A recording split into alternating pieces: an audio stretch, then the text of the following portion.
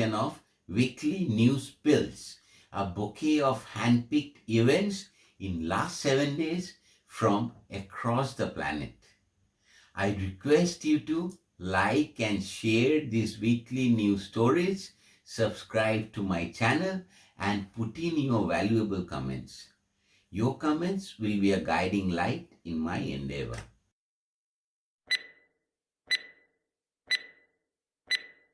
News Pill 1. Amazon unveils Jetsons-like roaming robo for the home.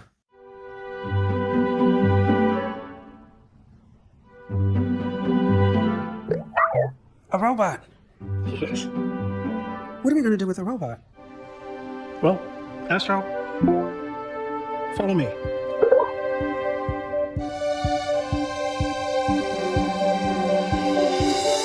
Hi, Grandma. I miss you. I miss you too. Hey, you got the toy I said. Yeah, I love it. Astro, follow me. Cool. All right, race ya. Come on.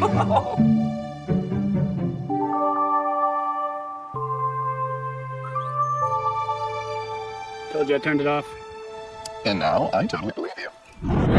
Oh, yikes. Message from Steve. Remember to eat something great today, Dad. Check.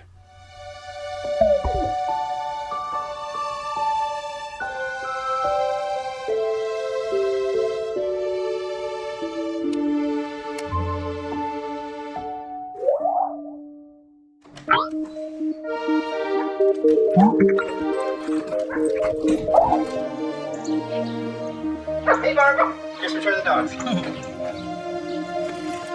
Astro, let's dance.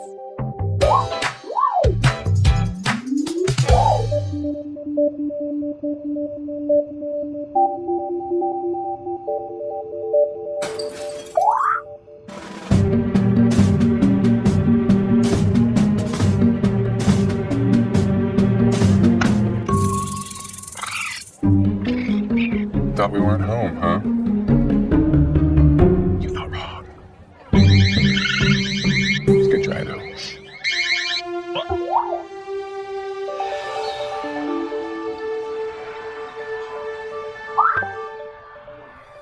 What? Thank you. All right, I'm in.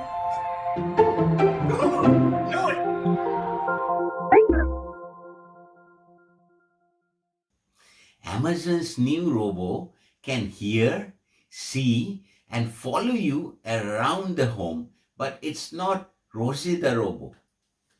Amazon's version called Astro doesn't cook or clean like the animated character from the Jetsons, but it can check if you left the stove on while you are out or send an alert if someone enters the house it doesn't recognize. It uses cameras, sensors, and artificial technology to avoid walls or dogs. And Amazon said Astro, which also happens to be the name of the Jetsons dog, will only get smarter as time goes on.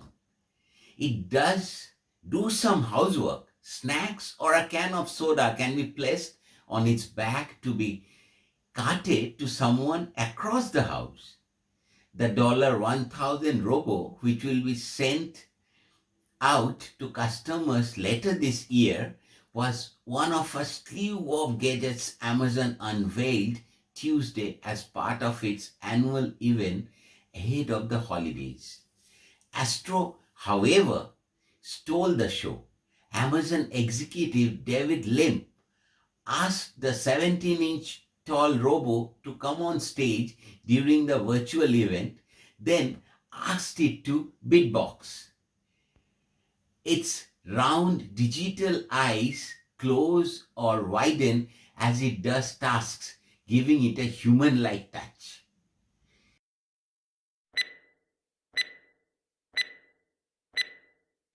News Pill 2. YouTube to block all anti-vaccine content. YouTube says it has had enough of vaccine misinformation on its site. Well, the company is taking down anti-vaccine videos and banning major accounts because it says it needs to, quote, remove egregious, harmful content. NBC News senior reporter Brandy Zadrowski joins us now. Brandy, thanks so much for being with us. What was the final straw for YouTube? Why is the company acting right now? Yeah, anti-vaccine misinformation has always really thrived on YouTube. Really, for over a decade, anti-vaccine creators have moved there after traditional media decided to no longer cover them. And the content was actually so rampant that pro-vaccine advocacy organizations, they were actually forced off the platform as far back as 2008. So the difference now is obviously COVID. YouTube explained it to me in a blog post, and they said, this is a quote, "We've steadily seen false claims about the coronavirus vaccines spill over into misinformation about vaccines in general, and we're now at a point where it's more important than ever to expand the work we started with COVID-19 to other vaccines." YouTube will block all anti-vaccine content, the video sharing platform said in a blog post on Wednesday. The Google-owned site will block content that alleges vaccines cause chronic health effects or contains misinformation on the substances in vaccines. The company previously blocked videos that made those claims about coronavirus vaccines, but not ones for other vaccines such as those for measles or chicken poxes. YouTube is also banning prominent anti-vaccine activists, taking down several channels. The move follows concern over the role anti-vaccine activists have played in slowing vaccination rate across the US by fueling skepticism. Public health officials have struggled to counter the current of online misinformation about the COVID-19 vaccine. Vaccination rates have slowed. About 56% of US population have had 2 shots, compared with 71% in Canada and 67% in the UK. Tech giants such as Facebook, Twitter, and YouTube have previously come under fire for taking insufficient steps to prevent the spread of false health information on their platforms. They have long argued that maintaining an open platform is essential for free speech.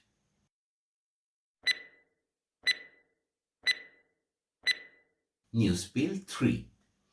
Beyond Meat to launch its meatless chicken tenders in grocery stores next month. The shares of Beyond Meat up nearly 3% today as the company is set to launch chicken in grocery stores. Beyond's business have been impacted by the pandemic as restaurants shuttered and consumers loaded their pantries with groceries last quarter. Grocery actually accounted for about 3/4 of Beyond's U.S. revenue. Delta has created a less clear landscape for Beyond than before the pandemic hit, but its products do continue to do well in retail, and supply chain issues have not impacted the company or this product. This is the continuation of this chicken rollout for Beyond, which launched its nuggets and strips in restaurants over this summer. Impossible Foods also launched its new chicken product made from soy protein in grocery and select restaurants. Now, Beyond Meat stock is higher, as you mentioned, by about 3% today, but down about 9% year to date, Kelly. Beyond Meat's meatless chicken tenders are heading to the freezer aisles of grocery stores. The maker of Meat Alternative announced Monday that its latest substitute will be sold in retail stores nationwide in October. The new iteration of its meatless chicken uses faba beans as its protein source. According to the company, the chicken tenders contain half the saturated fat of a traditional chicken tender. Select Walmart, Harris Teeter, Giant Foods, and ShopRite locations will stock the chicken tenders at a suggested retail price of $4.99 per package. Beyond anticipates that it will add more retailers and locations later this year. It will be placed in the frozen section for retailers, but not side by side with other Beyond items. Walmart is also doubling down on its distribution of Beyond Meat products by adding more locations that sell its meatless sausages, patties, meatballs, and beef crumbles. It is the third time this year that Walmart has expanded Beyond's shelf space. While supply chain and labor issues have rippled through the food industry, it has not hit Beyond Meat or its chicken supply at the moment. That is all for today. Thank you and goodbye for now. Stay blessed. See you in my next weekly episode.